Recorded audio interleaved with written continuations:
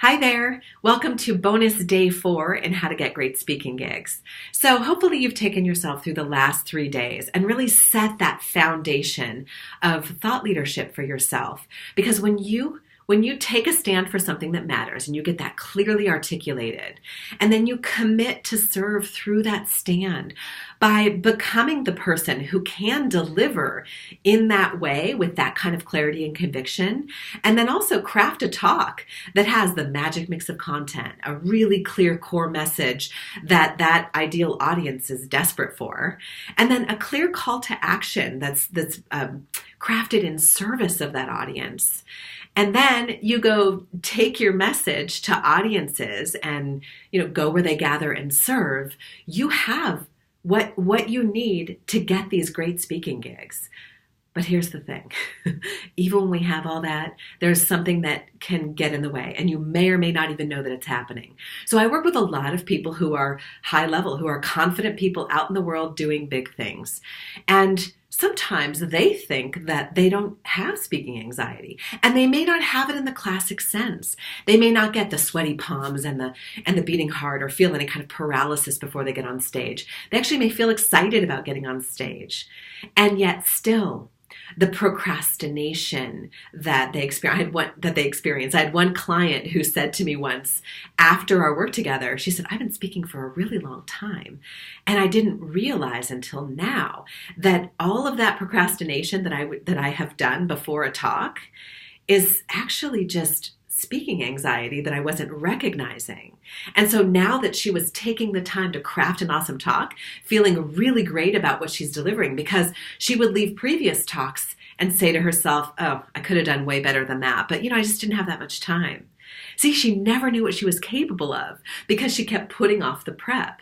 But once we started working together and we started, starting the prep earlier, because you want to have the magic mix of content, because you want to practice like crazy. That's one of my mantras, practice like crazy. We have to be ready in order to do that, ahead of time. Anyway, speaking anxiety can be very stealthy. So I wanted to give you a tool, or offer you a tool that changed my life. I don't know if you know my story about the orange velour chair. I think it's on my Meet Michelle page. But essentially, I discovered that I was really stuck and hadn't shared my own personal stories in particular for a very long time. And I was so stuck and was so sort of hiding that I had to go back to all of my tools and resources over 20 years as in personal development. And I created this process that I call the If Today process. It's a fear releasing process.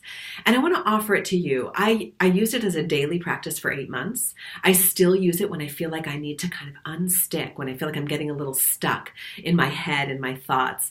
And it's not that mysterious, although it is kind of magical, but it's a mix of thought work and tapping, or EFT, and movement. But I'd love to offer it to you completely free. It is another opt-in because it has pieces to it that need to come to you. But if you would like that process, I highly recommend it. If you're feeling any resistance in you, or you've been procrastinating doing this, then you might want to try this to see if it frees you up like it did for me. All right, so this is really the final day of how to get great speaking gigs. I also want to invite you back to my Facebook page, which is linked on this page, and you've seen it on each of the pages in this little mini course. But come back to the page. Tell me how this was for you. Ask me any questions. Let me know what you'd like me to include in it, in future versions. Any way that I can serve you better, I always want to know.